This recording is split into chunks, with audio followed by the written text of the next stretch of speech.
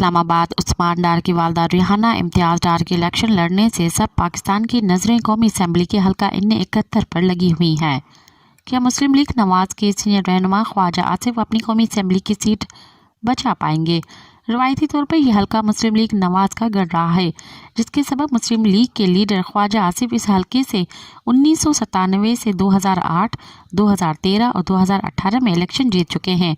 2018 میں خواجہ آصف نے اس سیٹ سے پاکستان تحریک انصاف کے عثمان ڈار کو صرف 1406 ووٹوں پر ہرایا تھا۔ خواجہ آصف نے 1,17,002 ووٹ جبکہ پاکستان تحریک انصاف کے عثمان ڈار نے 1,15,596 ووٹ لیے تھے۔ مسلم لیگ نواز نے 8 فروری کے الیکشن میں قومی اسمبلی کے حلقہ 71 سابقہ NA 73 میں اپنے سینئر پارٹی رہنما خواجہ آصف کو دوبارہ ٹکٹ جاری کیا ہے۔ اسی حلقے میں تحریک انصاف کی حمایتی یافتہ عثمان ڈار کی والدہ ریحانہ امتیاز آزاد حیثیت میں الیکشن لڑ رہی ہیں، جبکہ پیپلز پارٹی کے ٹکٹ پر خواجہ اویس الیکشن لڑ رہے ہیں۔ مزید خبرن